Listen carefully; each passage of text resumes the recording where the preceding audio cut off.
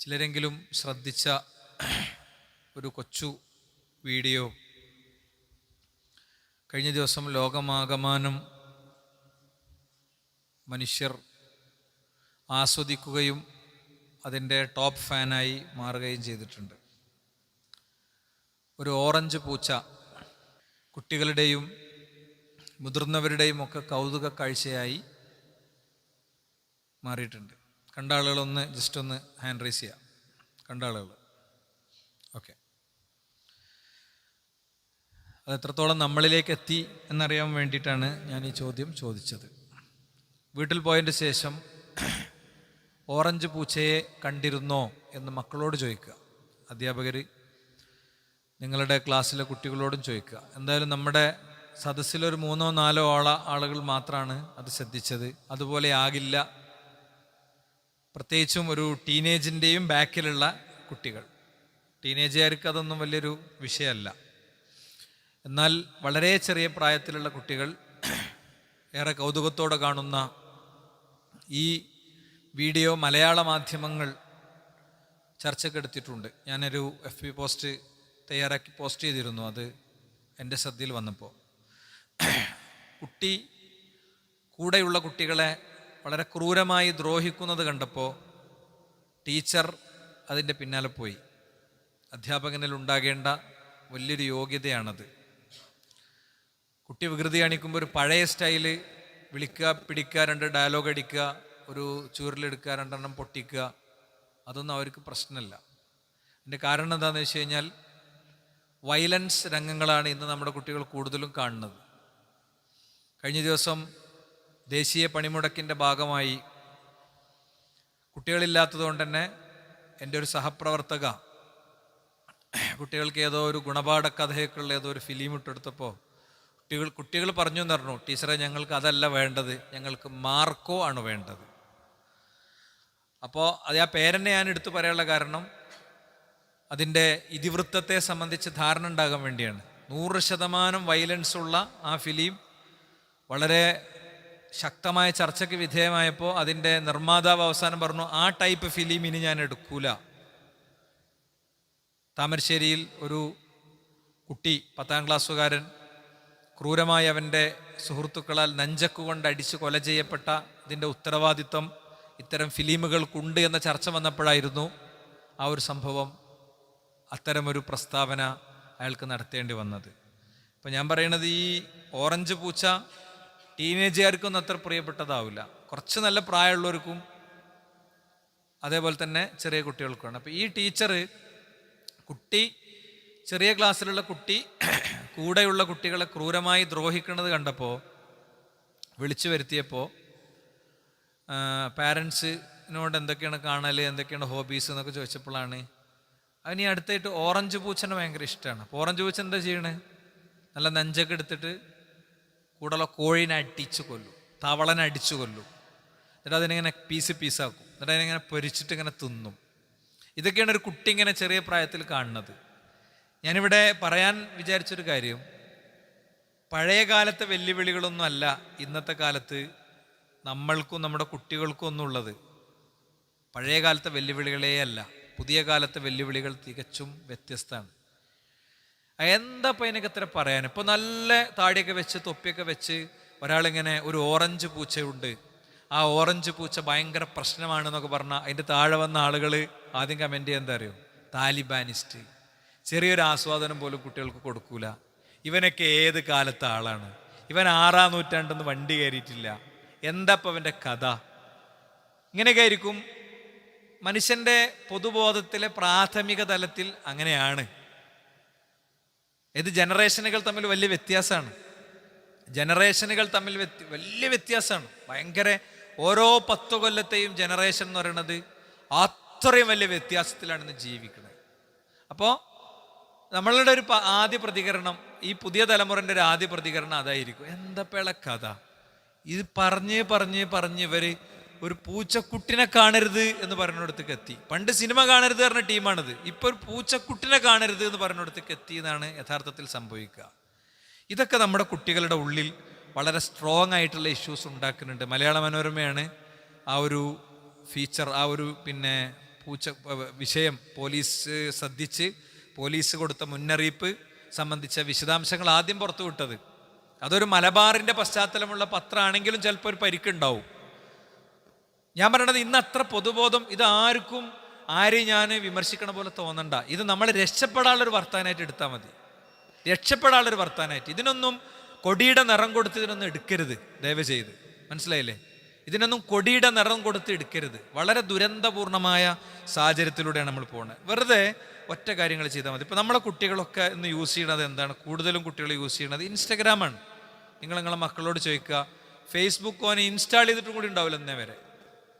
നിങ്ങളുള്ളത് ഫേസ്ബുക്കിലാണ്, നമ്മളെ മക്കളുള്ളത് ഇൻസ്റ്റഗ്രാമിലാണ്. ടീച്ചേഴ്സ് ചോദിച്ചാൽ അറിയാം, ഉറപ്പിച്ച് പറഞ്ഞുതരാം ഞങ്ങൾക്ക്. ഞാൻ ഇപ്പം നമ്മളെ UP സ്കൂളിലെ ടീച്ചേഴ്സ് ചെന്നിട്ട് കുട്ടികളോട് ചോദിക്കുക, ഫേസ്ബുക്കുള്ളവർ കൈപൊക്കുക. കാരണം ആരും ഉണ്ടാവില്ല, ഒരാളും ഉണ്ടാവില്ല.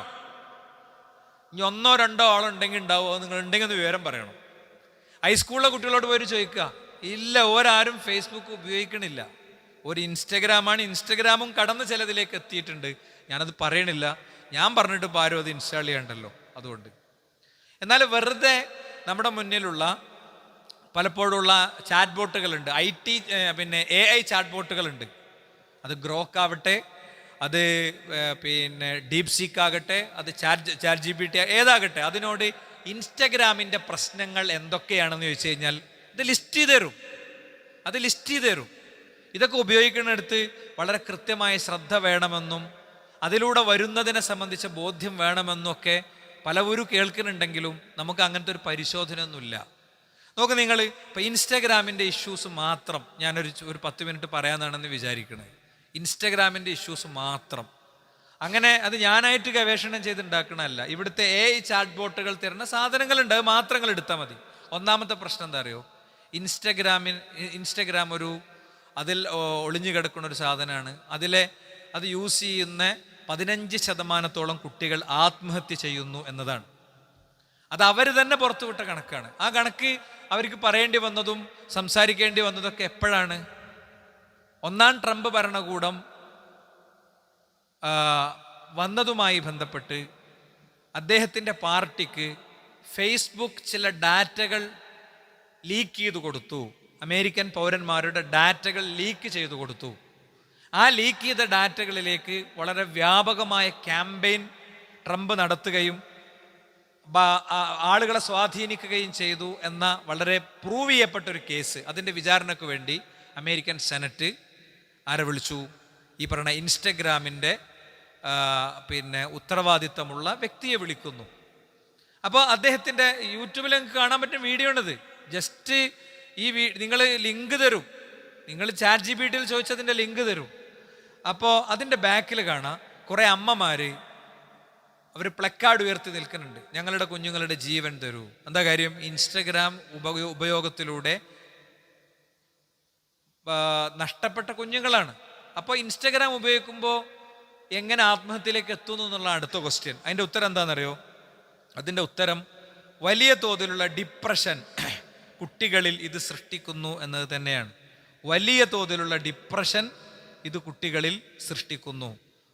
മനോദുഃഖം കുട്ടികളിൽ ഇതുണ്ടാക്കുന്നു. വിഷാദം കുട്ടികളിൽ ഇത് സൃഷ്ടിക്കുന്നു. കുട്ടികളിൽ നല്ല ഇത് ഉപയോഗിക്കുന്ന ആരുണ്ടെങ്കിലും അവരിലൊക്കെ 13 മുതൽ 19 വയസ്സുവരെയുള്ള കുട്ടികൾ ഏകദേശം 3 മണിക്കൂർ മുതൽ 5 മണിക്കൂർ വരെ ഇതുപയോഗിക്കുന്നു എന്നുള്ളതാണ് കോമൺ സെൻസ് മീഡിയ റിപ്പോർട്ട് 2023 കണക്കാണ് ഞാൻ പറയുന്നത്.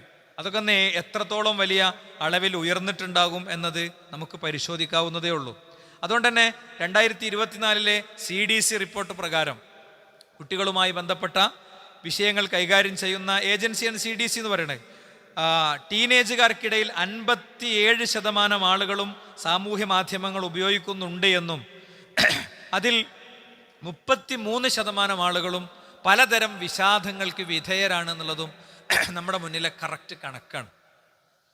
അവിടെ നമുക്കിത് എങ്ങനെ വിഷാദത്തിലേക്ക് പോകുന്നു എന്നുള്ള വലിയൊരു ചോദ്യം ഉണ്ടാകും. കുട്ടികളിപ്പോൾ ഇങ്ങനെ ഇതിമ തോണ്ടിയിരുന്നാൽ എങ്ങനെയാണിത് വിഷാദത്തിലേക്ക് പോവുക എന്നൊരു ചോദ്യമാണ്. ശ്രദ്ധിച്ച് കേട്ടോളൂ, എന്നാലേ മനസ്സിലാവുള്ളൂ.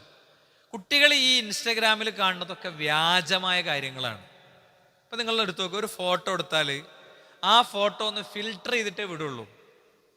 ഫിൽട്ടർ ചെയ്യാതെ ആരെങ്കിലും സ്വന്തം ഫോട്ടോ പിന്നെ ഫേസ്ബുക്കിൽ അപ്ലോഡ് ചെയ്യുന്നുണ്ടോ? ആരും അപ്ലോഡ് ചെയ്യണില്ല. ഒന്ന് ഭംഗി കൂട്ടും. അപ്പോൾ സോഷ്യൽ മീഡിയയിലൂടെ കാണണേ, FB ആണെങ്കിലും ഇൻസ്റ്റ ആണെങ്കിലും കാണുന്നതൊക്കെ എന്താ? വ്യാജമായതാണ്. പക്ഷെ അവരുടെ ക്രിട്ടിക്കൽ തിങ്കിങ് ഇല്ലാത്ത, ശരിതെറ്റുകൾ വേർതിരിച്ചറിയാൻ കഴിയാത്ത, ആനന്ദം മാത്രം, സന്തോഷം മാത്രം, ഹാപ്പിനെസ് മാത്രം അജണ്ടയാകുന്ന ഒരു കാലത്ത് അവർ കാണുന്നതൊക്കെ ഭയങ്കര സംഭവങ്ങളാണ്. അവർ കാണുന്ന ആളുകളൊക്കെ വളരെ ബ്യൂട്ടിഫുള്ളാണ്. അവരുടെ വളരെ ചിരിച്ചു നിൽക്കുന്ന കാഴ്ചയാണ് കാണുന്നത്. അവരെ സംബന്ധിച്ചിടത്തോളം അവരങ്ങനെ അല്ല താനും. അവർ അങ്ങനത്തെ ഒരു അവസ്ഥയിലൂടെ അല്ല കടന്നു പോണത്. അപ്പം സ്വാഭാവികമായിട്ടും അത് അവരുടെ ഉള്ളിലൊരു വ്യാജമായ അവസ്ഥ ഉണ്ടാക്കും. ഇങ്ങനെ ഉണ്ടാകുന്ന രോഗത്തിൻ്റെ പേരാണ് FOMO, fear of missing out. എൻ്റെ ആ വാചകത്തിൻ്റെ ഫുൾ അർത്ഥതാണ് ഫിയർ ഓഫ് മിസ്സിങ് ഔട്ട്. ഇന്നത്തെ വിഷയം കുറച്ചൊരു പുതിയ വിഷയമാണ്. കുറച്ചൊരു ശ്രദ്ധിച്ചിരുന്നാൽ മാത്രമേ നമ്മുടെ സദസ്സിൽ ഒരു ലിമിറ്റഡ് ഓഡിയൻസിന് ഇത് കിട്ടുള്ളൂ. ഞാൻ വിചാരിക്കുന്നത് ആ ഓഡിയൻസ് ഇത് മനസ്സിലാക്കിയിട്ടില്ലെങ്കിൽ ഒരു കുഴപ്പമില്ല. കാരണം അവരാരും ഇതിമൊക്കൊന്നും പോലില്ല. പോകുന്ന ആളുകൾക്ക് മനസ്സിലാകുന്ന ഒരു വിഷയമാണ് നമ്മൾ പറയുന്നത്. എന്താ ഫിയർ ഓഫ് മിസ്സിങ് ഔട്ട് എന്ന് പറഞ്ഞാൽ? ഫിയർ ഓഫ് മിസ്സിങ് ഔട്ട് എന്ന് പറഞ്ഞാൽ ഞാൻ ഇന്നത്തെ കാലത്ത് ജീവിക്കുന്ന ഒരാളല്ല എന്നുള്ളൊരു തോന്നൽ. അതിമെന്നാണ് ഈ കുട്ടികൾ വലിയ മുടിയൊക്കെ ഇങ്ങനെ വെച്ച് വരുന്നുണ്ടല്ലോ. നിങ്ങൾ മുടിനെ കുറിച്ച് ഞാൻ മുതൽ ഒരു രക്ഷിതാവിനും പരാതിയില്ലാത്ത ഉണ്ടാവില്ല. ഞാനും എൻ്റെ മോനോട് പറയലുണ്ട്, ഇപ്പം മുടി വെട്ടാനുള്ള കട്ട് ഓഫ് ടൈം കൊടുത്ത് നിൽക്കുകയാണ്. മനസ്സിലല്ലേ? മുടി വെട്ടാനുള്ള കട്ട് ഓഫ് ടൈം കൊടുത്ത് നിൽക്കുകയാണ് ഇപ്പോൾ. അത് നമ്മൾ അവിടെ പോയി പ്രഷർ ചെയ്യുമ്പോഴുള്ള പ്രശ്നം എന്താ? അവിടെ വെട്ടാനൊക്കെ നല്ലതെന്നൊക്കെ പറയേണ്ട പ്രശ്നം എന്താ? മൊത്തത്തിൽ വസ്ത്രത്തിൽ മൊത്തം കുട്ടികളുടെ ഒരു സമയം ഉണ്ടാവും.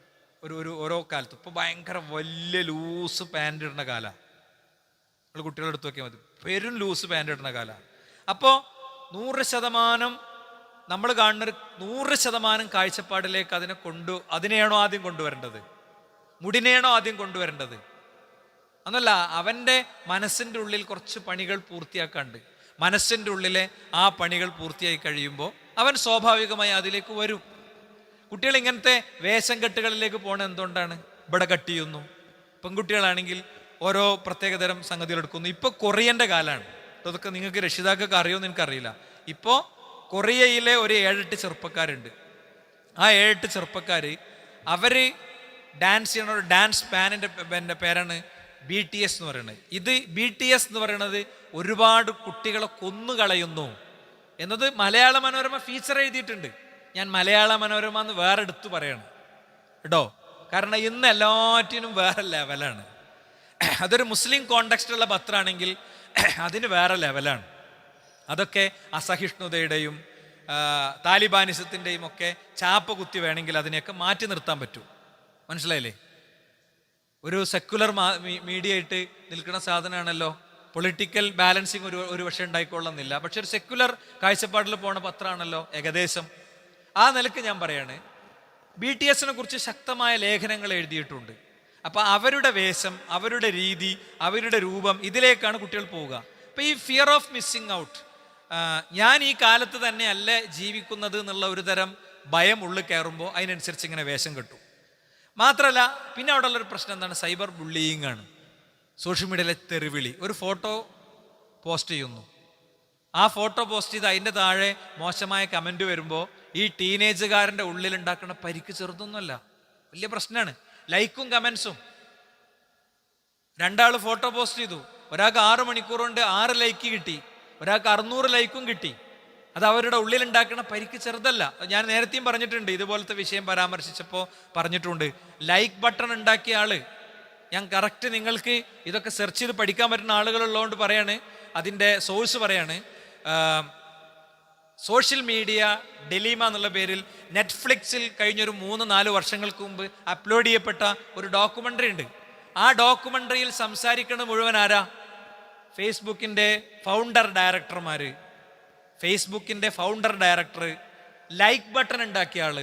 ലൈക്ക് ബട്ടൺ ഉണ്ടാക്കിയ ആൾ പറഞ്ഞാൽ എന്താ അറിയോ? ലോകത്തിന് സന്തോഷിക്കാൻ വേണ്ടി ഞാൻ ഉണ്ടാക്കിയ സാധനമാണ്. പക്ഷേ ലോകം ഇന്ന് ആ ഒറ്റ സാധനത്തിൻ്റെ പേരിൽ ഏറ്റവും വലിയ ആങ്സൈറ്റി, ഏറ്റവും വലിയ ഉത്കണ്ഠകളിലൂടെ ജീവിക്കുന്ന ഒരു സാഹചര്യമാണ് നിലനിൽക്കുന്നത് എന്നാണ്.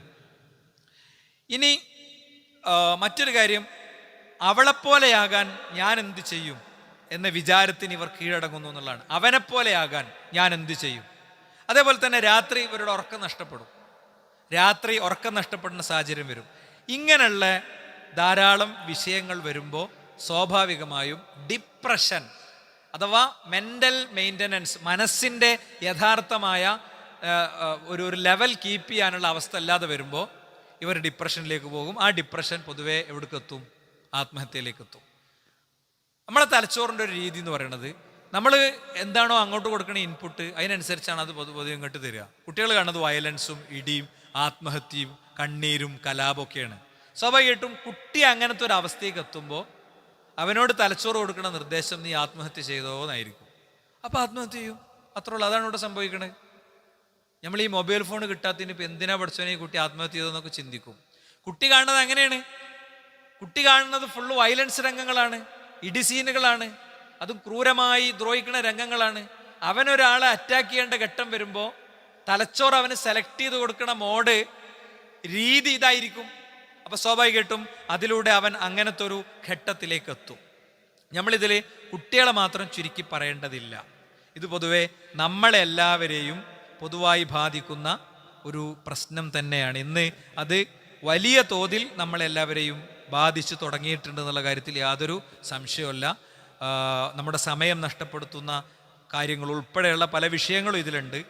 അപ്പോൾ അതിലൊക്കെ ഇതിനെ നമുക്ക് എങ്ങനെ നിയന്ത്രിക്കാം എന്നത് നമുക്ക് ഒരു ചില കാര്യങ്ങൾ ഞാൻ നമ്പറിട്ട് പറയാൻ ശ്രമിക്കുകയാണ്.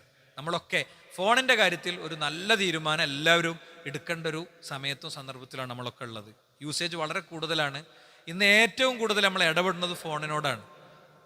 ഏറ്റവും കൂടുതൽ നിങ്ങൾ വെറുതെ ഒന്നുമില്ല, നമ്മളിപ്പം എല്ലാ ഫോണുകളിലും സമയപരിധി അറിയാനുള്ള സംവിധാനങ്ങളൊക്കെ ഉണ്ട്.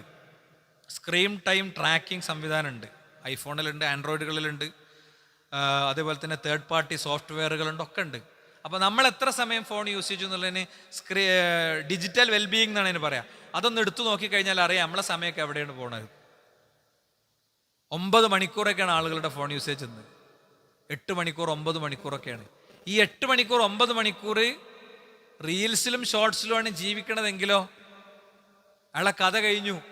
വളരെ ജോലി ആവശ്യാർത്ഥോ ബാക്കി കാര്യങ്ങൾക്കൊക്കെ വേണ്ടി ഉപയോഗിക്കുന്നുണ്ടാകും. പ്രൊഡക്റ്റീവായ കാര്യങ്ങൾക്ക് വേണ്ടി ഉപയോഗിക്കുന്നുണ്ടാകും. പ്രൊഡക്റ്റീവായ കാര്യങ്ങൾക്ക് വേണ്ടി പോലും ഫോൺ 9 മണിക്കൂറൊക്കെ ഉപയോഗിച്ചാൽ ഭയങ്കര അപകടമാണ്. എന്നാലോ വെറും ഈ തോണ്ടി ഇങ്ങനെ ഈ ഷോർട്സും റീൽസും മാത്രം കാണുകയാണെങ്കിലോ അവസാനം മരിച്ചെല്ലുമ്പോൾ 2 കോടി റീല് കണ്ടു, 10,000 ദിക്റല്ലേ എന്നുള്ളതിന് പകരേ 2 കോടി റീല് കണ്ടു, അല്ലേ? 10 കോടി റീല് കണ്ടു. ഇതാണ് ആകെ ഉണ്ടാകുക, ബാക്കപ്പ് ഉണ്ടാകുക.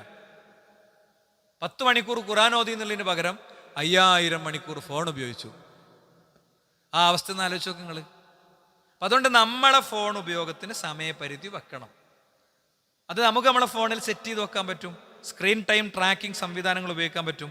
അതേപോലെ തന്നെ ആവശ്യമില്ലാത്ത എല്ലാ ആപ്പും നമ്മൾ അൺഇൻസ്റ്റാൾ ചെയ്യണം. ആവശ്യമില്ലാത്ത ആപ്പുകളൊക്കെ അൺഇൻസ്റ്റാൾ ചെയ്യണം. ആപ്പുകൾ പലതും ഇങ്ങനെ കയറി വരും, അത് കംപ്ലീറ്റ് അൺഇൻസ്റ്റാൾ ചെയ്യുന്ന അവസ്ഥ ഉണ്ടാകണം. ഗെയിം, റീൽസ്, സോഷ്യൽ മീഡിയ, ഇതിലൊക്കെ ഒരുപാട് അപകടങ്ങൾ ഒളിഞ്ഞിരിക്കണോണ്ട് തന്നെ വീടുകളിൽ പൊതുവെ ഈ ഗ്രാൻഡ് പാരൻസ് ആണ്, വല്യാപ്പയും വല്യമ്മയൊക്കെയാണ്. ഇവർക്ക് ഈ ഫോണിനെ പറ്റി വല്ല ധാരണ ഒന്നും ഉണ്ടാവില്ല.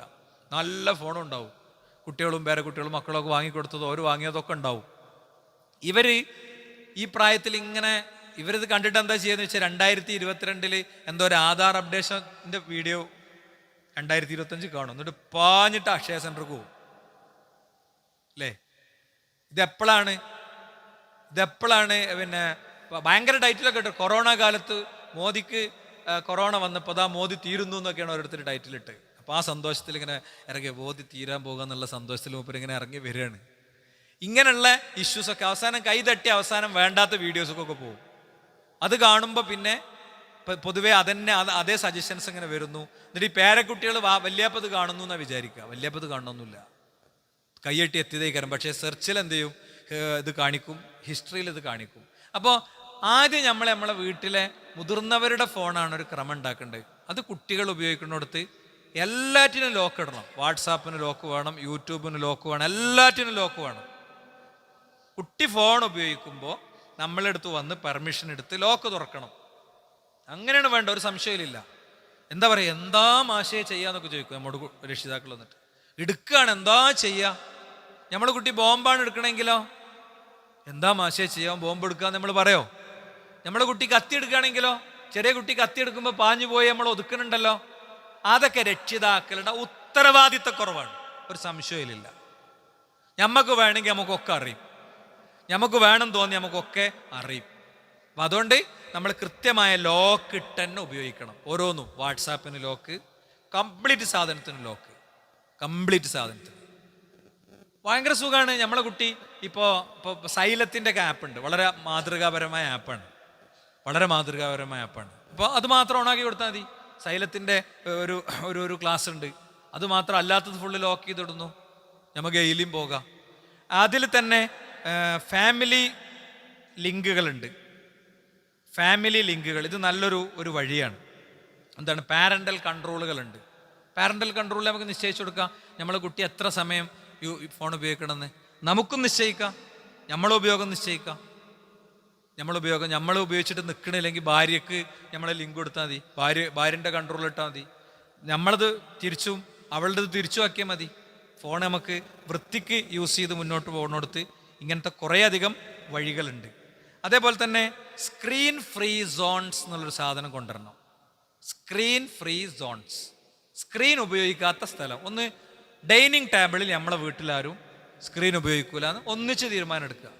ഡൈനിങ് ടേബിളിലും എന്തില്ല, സ്ക്രീൻ ഇല്ല. ബെഡ്റൂമിൽ ഫോണില്ല. തീരുമാനം എടുത്താൽ ഏത് ഇന്ത്യൻ പ്രധാനമന്ത്രിയാണെങ്കിലും നടക്കും. ഭയങ്കര തിരക്കല്ലേ, എല്ലാ തിരക്കുണ്ടെങ്കിലും എന്ത് തിരക്കുണ്ടെങ്കിലും ഇതൊക്കെ തീരുമാനം എടുത്ത് നമുക്ക് നടത്താവുന്ന കാര്യങ്ങളേ ഉള്ളൂ കേട്ടോ. തീരുമാനം എടുത്ത് 100% തീരുമാനം എടുത്ത് നടത്താവുന്ന കാര്യങ്ങളുള്ളൂ. ഇനി അവിടെ അനിവാര്യമായും ഫോൺ ഉപയോഗിക്കേണ്ട ഒരു സമയം ഉണ്ടെങ്കിൽ എല്ലാവരോടും പെർമിഷൻ ചോദിക്കണം. ഇപ്പോൾ വാപ്പ മക്കളോട് നമ്മൾ തീരുമാനിച്ചതാണ്, അപ്പം എനിക്ക് അത്യാവശ്യമുള്ളതുകൊണ്ട് ഞാൻ ഈ ഫോണൊന്ന് യൂസ് ചെയ്യട്ടെ, മക്കളോട് അങ്ങോട്ട് പെർമിഷൻ ചോദിക്കുക. അപ്പോഴാണ് മക്കളെ നമ്മൾ പറഞ്ഞത് കേട്ടു തുടങ്ങുക. അപ്പോഴാണ് നമ്മൾ ശരിയായ ട്രാക്കിലാണെന്ന് മക്കൾക്കും കൂടിയും തോന്നുക. അല്ലെങ്കിൽ നമ്മൾ ശരിയായ ട്രാക്കിലാണെന്നുള്ളിടത്ത് മക്കൾ പോലും ഉണ്ടായിക്കൊള്ളണം എന്നില്ല എന്നത് നമുക്ക് ഉറപ്പിച്ച് പറയാൻ പറ്റും. അതേപോലെ തന്നെ എന്ത് ചെയ്യുക, പിന്നെ നമ്മൾ ഇതേപോലെ ചെയ്യാവുന്ന മറ്റൊരു കാര്യമാണ് നമ്മൾ മാതൃകയാകുക എന്നുള്ളത്. അത് ഞാൻ പറഞ്ഞു. മതപരമായ ചില ബോധ്യങ്ങൾ ഉള്ളിലുണ്ടാകുക എന്നുള്ളത്. മതപരമായ ബോധ്യങ്ങൾ ഉള്ളിലുണ്ടായാൽ കാണുന്ന കണ്ടന്റ്, ഉപയോഗിക്കുന്ന സമയം, ഇതിനൊക്കെ കൃത്യമായ നിയന്ത്രണങ്ങൾ ഉണ്ടാകും. അപ്പോൾ ഒന്നുകൂടി ഞാൻ പറയുന്നു, ഈ ലാസ്റ്റ് പറഞ്ഞ പോയിന്റ്സ് ഞാൻ ഒന്നുകൂടി പറയുന്നു. ഒന്ന്, നിശ്ചിത പരിധി 3 മണിക്കൂറേ ഞാൻ ഫോൺ ഉപയോഗിക്കുള്ളൂ. അതിൻ്റെ ടൈം കഴിഞ്ഞാൽ ഫോൺ ഓട്ടോമാറ്റിക് ലോക്കാവും. അതിനുള്ള സൗകര്യമുണ്ട്, ഒരു പ്രശ്നമല്ല. ഒരു വ്യക്തി അയാൾ ഭയങ്കര ഫോൺ അഡിക്റ്റാണ്, അശ്ലീല വീഡിയോ കാണുന്ന ആളാണ്. അപ്പോൾ നമ്മളെ ഖുത്ബയിൽ നമ്മളൊരു 10 വഴികൾ എന്ന് പറഞ്ഞിട്ടൊരു ഖുത്ബ ഇവിടെ നടത്തിയിരുന്നു. അത് യൂട്യൂബിൽ അപ്ലോഡ് ചെയ്യപ്പെട്ടിട്ടുണ്ടായിരുന്നു. അപ്പോൾ അദ്ദേഹം അത് കണ്ടിട്ട് എന്നെ വിളിച്ചു. ഞാൻ ആ വഴികളൊക്കെ നോക്കിയിട്ട് മൗലവി എനിക്ക് നടക്കണില്ല. എണ്ണി ഇങ്ങനെ പറഞ്ഞു. ഞാൻ എല്ലാ ദിവസവും അദ്കാർ സ്വഭാവ ചൊല്ലും. അപ്പോൾ വളരെ സൂക്ഷ്മമായി ഞാൻ പരിശോധിച്ചപ്പോൾ ഇയാൾ അതിൽ നമ്മൾ പറഞ്ഞ ഒരു പോയിന്റ് അയാൾക്കില്ല. സാഹചര്യം ഒഴിവാക്കുക എന്നുള്ള പോയിന്റ്. അയാളുടെ സാഹചര്യം എന്താ? പ്രവാസിയാണ്, ഉച്ചയ്ക്ക് 2 മുതൽ 4 വരെ മൂപ്പർക്ക് ഒഴിവാണ്. അപ്പോൾ മൂപ്പര് കൂടെ ഫോണുണ്ട്. ഞാൻ പറഞ്ഞു, നിങ്ങളെ ഫോൺ നിങ്ങൾ ഓഫീസിൽ വെച്ചിട്ട് പോരി, എന്നിട്ട് നിങ്ങൾ വരും, ഒരു പ്രശ്നമൊന്നും ഉണ്ടാവില്ല. നിങ്ങളെ സാഹചര്യം കട്ടാക്കിയാൽ നമ്മൾ പറഞ്ഞ 10 വഴികൾ 10 വഴികൾ തന്നെയാണ്. ആ 10 വഴി ഇനി 11ാമത്തെ വഴിൻ്റെ ആവശ്യമില്ല എന്ന് തന്നെ ഞാൻ പറഞ്ഞു. അപ്പോൾ അദ്ദേഹം ഒരു ദിവസം ചെയ്ത് നോക്കിയപ്പോൾ ഓക്കെ ആയി. പക്ഷേ അടുത്ത ദിവസം മൂപ്പർക്ക് ഫോൺ എടുക്കാതെ വരാൻ പറ്റാത്ത സാഹചര്യം, ഫോൺ ഒഴിവാക്കി വരാൻ പറ്റണില്ല. മൂപ്പര് വന്നതിൻ്റെ ശേഷം ഓഫീസിൽ പോയി എന്ത് ചെയ്തു, ഫോൺ എടുത്ത് വന്നു. അങ്ങനെ എന്ത് ചെയ്തു, നമ്മൾ മൂപ്പരോട് പറഞ്ഞു, നിങ്ങൾ അത് ഒഴിവാക്കാതെ വേറെ പറ്റൂല എന്ന് പറഞ്ഞപ്പോൾ മൂപ്പര് എന്ത് ചോദിച്ചു കഴിഞ്ഞാൽ ഒരു ആപ്പ് വാങ്ങി. അങ്ങനത്തെ ചില ആപ്പുകളുണ്ട്. ആ ആപ്പ് സെറ്റ് ചെയ്താൽ നിശ്ചിത സമയം നമ്മൾ സെറ്റ് ചെയ്താൽ ആ സമയത്ത് നമുക്ക് തന്നെ ഉപയോഗിക്കാൻ കഴിയൂല, നമ്മളെ ഫോൺ നമുക്ക് തൊടാൻ കഴിയൂല. അപ്പോൾ മൂപ്പര് എന്ത് ചെയ്തു അറിയോ,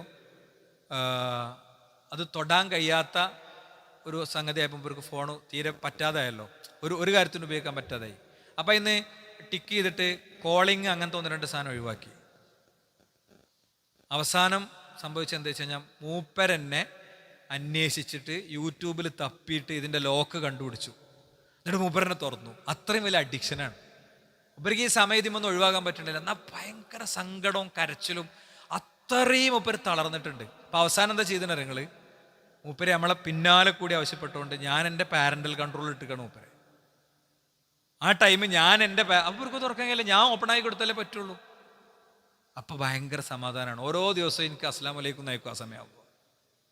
ഞാൻ പറയണേ, രക്ഷപ്പെടാൻ ആഗ്രഹിക്കുന്ന മനുഷ്യരെ സംബന്ധിച്ചിടത്തോളം ഇതിനൊക്കെ വഴിയുണ്ട് എന്ന് തന്നെയാണ്. അപ്പം അതുകൊണ്ട് ഒരു സമയപരിധി നമ്മൾ നിശ്ചയിക്കുക. 2 സ്ക്രീൻ ട്രാക്കിംഗ് സംവിധാനങ്ങളുണ്ട്, അത് നമ്മളൊക്കെ ഫോണിലുണ്ട്, അത് നമ്മൾ കൊണ്ടുവരിക. അതേപോലെ തന്നെ 3 ഉള്ള കാര്യം എന്താ വെച്ച് കഴിഞ്ഞാൽ ആവശ്യമില്ലാത്ത ആപ്പുകളൊക്കെ ഒഴിവാക്കുക. ആവശ്യമുള്ളത് കുറേ സബ്സ്ക്രൈബ് ചെയ്യുക. കുറേ നമ്മൾ സബ്സ്ക്രൈബ് ചെയ്ത് വെച്ച യൂട്യൂബ് ചാനലുകളുണ്ട്, അതൊക്കെ അൺസബ്സ്ക്രൈബ് ചെയ്യുക. ഖുർആൻ ചാനലുകൾ, പ്രഭാഷണ ചാനലുകൾ, അതൊക്കെ സബ്സ്ക്രൈബ് ചെയ്യുക. അപ്പോൾ അതാണ് പിന്നെ വരിക. മറ്റൊരു കാര്യം, നോട്ടിഫിക്കേഷൻസ് ഏത് ആപ്പുകളോട് ചോദിക്കും, നിങ്ങളോട് എന്തൊക്കെ ചോദിക്കും എന്ന് വെച്ച് കഴിഞ്ഞാൽ മൈക്രോഫോൺ ചോദിക്കും, അതുപോലെ തന്നെ നോട്ടിഫിക്കേഷൻ ചോദിക്കും. ഇന്നേ വരെ ഒരു ആപ്പുകളോടും മൈക്രോഫോൺ ആക്സസ് ചോദിക്കാത്ത ആപ്പ് ഉണ്ടാവില്ല. എന്താ കാര്യം? നമ്മളെ കംപ്ലീറ്റ് സംസാരം ട്രാക്ക് ചെയ്യാണ്. കംപ്ലീറ്റ് നമ്മളെന്ന വ്യക്തിനെ എടുക്കുകയാണ്. AI വെച്ചിട്ട് നമ്മളെ വ്യക്തിത്വം മനസ്സിലാക്കാനാണ് ഈ മൈക്രോഫോൺ ചോദിക്കുന്നത്. നമ്മളെ ഫോൺ വഴി ഒരുപാട് സംഭാഷണങ്ങൾ, നമ്മളെ ഇടപെടലുകളും മുഴുവൻ എടുത്തിട്ട് നമ്മളെന്ന വ്യക്തിനെ പഠിച്ചിട്ട് മാർക്കറ്റിങ്ങിന് യൂസ് ചെയ്യാൻ വേണ്ടിയിട്ടാണ് ഇത് ചോദിക്കുന്നത് കേട്ടോ. അപ്പോൾ എല്ലാതും ഇങ്ങനെ ഓണാക്കി കൊടുക്കലല്ല. 1 ടൈം നമ്മൾ ഓണാക്കി കൊടുത്താൽ പിന്നെ നമുക്ക് ഓഫ് ചെയ്യാൻ കഴിയില്ല. നമ്മൾ ഡിലീറ്റ് ചെയ്താലും നമുക്ക് ഓഫ് ചെയ്യാൻ കഴിയില്ല. അതാണ് അതിൻ്റെ ഒരു ടെക്നിക്കൽ ബാക്ക്ഗ്രൗണ്ട് എന്ന് പറയുന്നത്. പിന്നെ ഫോൺ ഉപയോഗിക്കേണ്ടാത്ത കുറേ സമയങ്ങൾ നിശ്ചയിക്കുക. ഫോൺ ഉപയോഗിക്കേണ്ടാത്ത ഇപ്പോൾ പള്ളി ഇങ്ങനെ തുടങ്ങി പല സ്ഥലങ്ങളും പിന്നെ ഉപയോഗിക്കുക. അതേപോലെ തന്നെ ഫോൺ ഫ്രീ സ്പേസുകൾ തീരുമാനിക്കുക, സമയം തീരുമാനിക്കുക, സ്ഥലങ്ങൾ തീരുമാനിക്കുക.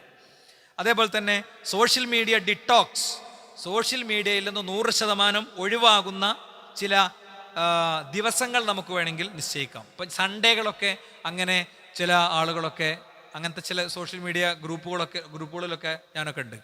സൺഡേകളിൽ ഫോൺ ഉപയോഗിക്കാത്തവരുടെ ഗ്രൂപ്പ്. ഒരു സൺഡേയിൽ ഫോൺ ഉപയോഗിക്കില്ല, എന്നിട്ട് അടുത്ത ദിവസം വന്നിട്ട് പറയും ഇന്ന് ഞാൻ ഉപയോഗിച്ചില്ല എന്ന് പറയും. അങ്ങനെയുള്ള പിന്നെ ചില വഴികൾ.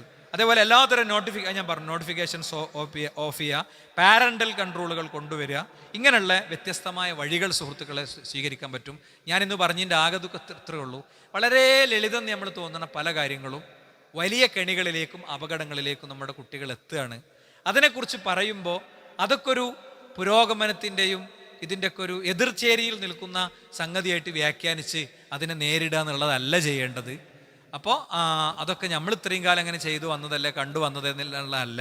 അതിലെ അപകട സാധ്യതകളെ നമ്മൾ ശരിക്കും തിരിച്ചറിയണം. ഇന്നത്തെ കുട്ടികളുടെ ഏറ്റവും വലിയ അപകടം എന്ന് പറയുന്നത് ഇൻസ്റ്റൻറ്റ് ഹാപ്പിനെസ്, എപ്പോഴും ഇങ്ങനെ സന്തോഷിച്ചു കൊണ്ടിരിക്കണം എന്ന ഒരു തരം മെസ്സേജ് അവർക്ക് കിട്ടുന്നുണ്ട്. ഒരു സെലിബ്രേഷൻ കൾച്ചറിലേക്ക് പോകുന്നുണ്ട്. ഒരിക്കലും എപ്പോഴും സന്തോഷിച്ചിരിക്കുക എന്നുള്ളൊരു സാധനം മനുഷ്യ പ്രകൃതിക്ക് സാധ്യമല്ല. പറ്റുമോ? ഏതെങ്കിലും ലോകത്ത് ആർക്കെങ്കിലും ഫുൾ ടൈം സന്തോഷം ഉണ്ടാവില്ല. അപ്പൊ അതാണ് ഇന്ന് കുട്ടികൾക്ക് കൊടുക്കുന്ന ഒരു മെസ്സേജ്. ആ മെസ്സേജ് അപകടകരമായ മെസ്സേജാണ്. അതാണ് പിന്നെ ഇൻസ്റ്റന്റ് ഗ്രാറ്റിഫിക്കേഷൻ അല്ലെങ്കിൽ ഇൻസ്റ്റന്റ് ഹാപ്പിനെസ് എന്നൊക്കെ ഉള്ള സംഗതിക്ക് വേണ്ടിയിട്ടാണ് പിന്നീട് എന്ത് ചെയ്യണത്, കുട്ടികൾ ഈ ലഹരിയിലേക്കും DJ മ്യൂസിക് പാർട്ടികളിലേക്കൊക്കെ എത്തുന്നത്. അത് വളരെ സൂക്ഷിച്ചു വേണം. അള്ളാഹു അനുഗ്രഹിക്കുമാറാണ്. അൽഹംദുലില്ലാഹി വസ്സലാത്തു വസ്സലാമു അലാ റസൂലില്ലാഹി വഅലാ ആലിഹി വസ്സഹ്ബിഹി അജ്മഈൻ. അമ്മാ ബഅദ്. സൃഷ്ടാവും സംരക്ഷകനുമായ റബ്ബിനെ ജീവിതത്തിൻ്റെ എല്ലാ മേഖലയിലും കാത്തു സൂക്ഷിക്കണേ എന്ന് ഒരിക്കൽ കൂടി ഉണർത്തുകയാണ്, ഉത്ബോധിപ്പിക്കുകയാണ്. നമ്മളെ CRE ക്ലാസ് സംബന്ധിച്ച 2 വാക്ക് പറയാനാണ് ഇതിൻ്റെ അനുബന്ധം ഞാൻ ഉപയോഗിക്കുന്നത്. ഞങ്ങളിവിടെ ക്ലാസ്സിൽ രാവിലെ ചെയ്തു വരുന്ന കാര്യം ഇതാണ്. ഇപ്പോൾ ഏറ്റവും ലാസ്റ്റ് ഞങ്ങൾ അവസാനിപ്പിച്ച വിഷയം പ്രണയം എന്നുള്ളതായിരുന്നു. അവിഹിതം എന്നുള്ളതായിരുന്നു. അപ്പോൾ ഒരു കുട്ടി പ്രണയത്തിലേക്ക് എത്താൻ 5 സ്റ്റെപ്പ് ഉണ്ട്. അതിൽ ആദ്യത്തെ സ്റ്റെപ്പ് അട്രാക്ഷനാണ്. അട്രാക്ഷൻ ഏതൊക്കെയാണ്? ഒരു 30ഓളം പോയിന്റ്. അങ്ങനെയാണ് നമ്മുടെ ക്ലാസ് മുന്നോട്ട് പോകുന്നത്. അതിൽ സ്ഥിരമായി വരുന്നൊരു 10, 25, 30ഓളം കുട്ടികളുണ്ട്. ഇടയ്ക്കിടയ്ക്ക് വരുന്ന ചില കുട്ടികളുണ്ട്. ഈ ഇടയ്ക്കിടയ്ക്ക് വരുന്ന കുട്ടികൾ അവർക്ക് പല തടസ്സങ്ങളുള്ളതുകൊണ്ടാണ് വരാത്തത്. ഇപ്പോൾ കുറച്ചും കൂടി രക്ഷിതാക്കൾ ഈ വിഷയം ഒന്ന് ശ്രദ്ധിച്ചതൊന്ന് മനസ്സ് വെച്ച് കുട്ടികളതിലേക്ക് എത്തിക്കാനുള്ള സ്റ്റെപ്പ് എടുക്കണം. നമ്മളൊരു 6:35 തുടങ്ങി ഒരു 7:35 കൂടെ അവസാനിപ്പിക്കുന്ന രീതിയിലാണ് ക്ലാസ് മുന്നോട്ട് പോകാറുള്ളത്. തുടങ്ങാൻ വൈകിയാലും നിർത്താൻ വൈകലില്ല. കുട്ടികൾ ഒരു 1-2 കുട്ടികൾക്ക് മാത്രമേ ട്യൂഷനൊക്കെ പോകാനുള്ളൂ. എന്നാലും നമ്മൾ ആ ഒരു സമയം കീപ്പ് ചെയ്ത് പോകാറുണ്ട്. ആ പോയിൻ്റാണ് എനിക്ക് രണ്ടാമത്തെ ഖുത്ബയിൽ ഓർമ്മപ്പെടുത്താനുള്ളത്. നമ്മൾ അറിയണതും നമ്മളുടെ അടുത്ത് വരുന്നതുമായ വിഷയങ്ങളും വായിക്കുന്നതുമായ കാര്യങ്ങളുടെയൊക്കെ പശ്ചാത്തലത്തിൽ നിന്ന് ഈ ഒരു ജനറേഷന് വേണ്ട ഒരു മെസ്സേജാണ് ആ ഒരു ക്ലാസ്സിലൂടെ കൊടുക്കാൻ ശ്രമിക്കാറുള്ളത്. ആ ക്ലാസ്സിനെ എല്ലാവരും ഏറ്റെടുക്കണമെന്ന് പ്രത്യേകം അഭ്യർത്ഥിക്കുന്നു. അതോടൊപ്പം രക്ഷിതാക്കൾക്കുള്ള നമ്മുടെ ക്ലാസ്സാണ് എല്ലാ തിങ്കളാഴ്ചയും ഇവിടെ നടന്നു വരുന്നത്. ഖുർആൻ പഠന സെഷനാണ്. അതിൽ നിങ്ങൾ കുട്ടികളെ കൊണ്ടുവന്നാൽ നല്ലത്. ഇനി കുട്ടികളെ കൊണ്ടുവന്നിട്ടില്ലെങ്കിലും ഈ ക്ലാസ്സിൽ പങ്കെടുപ്പിച്ചാൽ മതി. ആ രീതിയിൽ ഇൻഷാ അല്ലാഹ് കാര്യങ്ങളെ കാണണം, മനസ്സിലാക്കണം. ദീനി പഠനം തൊലബുൽ ഇൽമി ഫരീളത്തുൻ അലാ കുല്ലി മുസ്ലിമീൻ, ഓരോ മുസ്ലിമിൻ്റെയും ബാധ്യതയാണെന്നുള്ളത് മനസ്സിലാക്കണം. വിശുദ്ധ ഖുർആൻ പറഞ്ഞതുപോലെ ഇന്നമ അംവാലുക്കും വൗലാദുക്കും ഫിത്ന, നിങ്ങളുടെ സമ്പത്തിലും നിങ്ങളുടെ മക്കളിലും നിങ്ങൾക്ക് നാശമുണ്ട്, അല്ലാഹു ഇൻദഹു അജ്റുൻ അളീം, അള്ളാഹുവിൻ്റെ അടുത്താണ് ഏറ്റവും പുണ്യങ്ങളുള്ളത് എന്ന കാര്യം മനസ്സിലാക്കി മുന്നോട്ട് പോവുക. അള്ളാഹു നമ്മിലൊന്ന് സ്വീകരിക്കുമാറാകട്ടെ. രോഗികളായ ആളുകളുണ്ട്, അവർക്ക് അള്ളാഹു ശമനം കൊടുക്കുമാറാകട്ടെ. നമ്മുടെ സമൂഹത്തിലെ സ്നേഹവും ഐക്യവും ഭദ്രതയും അള്ളാഹു എന്നും നിലനിർത്തുമാറാവട്ടെ. മനുഷ്യ സൗഹാർദ്ദത്തിൻ്റെ അടിസ്ഥാനത്തിലുള്ള മൂല്യങ്ങൾ ഉൾക്കൊണ്ട നമ്മുടെ നാട് ശരിയായ ദിശയിൽ മുന്നോട്ട് നീങ്ങുന്നത് കാണാനും ജീവിക്കാനും മരിക്കാനുള്ള തൗഫീഖ് അല്ലാഹു നമുക്ക് പ്രദാനം ചെയ്യുമാറാകട്ടെ. അല്ലാഹുമ്മ ഗ്ഫിർ ലിൽ മുഅ്മിനീന വൽ മുഅ്മിനാത്ത്, അല്ലാഹുമ്മ അഇസ്സൽ ഇസ്ലാമ വൽ മുസ്ലിമീൻ വഅദിൽ അശ്ശിർക വൽ മുശ്രിക്കീൻ, റബ്ബനാ ആതിനാ ഫിദ്ദുനിയ ഹസന വഫിൽ ആഖിറതി ഹസന റബ്ബനാ വഖിനാ അദാബന്നാർ. ആമീൻ ആമീൻ ബിറഹ്മതിക യാ അർഹമർ റഹീമീൻ. അൽഹംദുലില്ലാഹി റബ്ബിൽ ആലമീൻ. വസല്ലല്ലാഹു അലൈഹി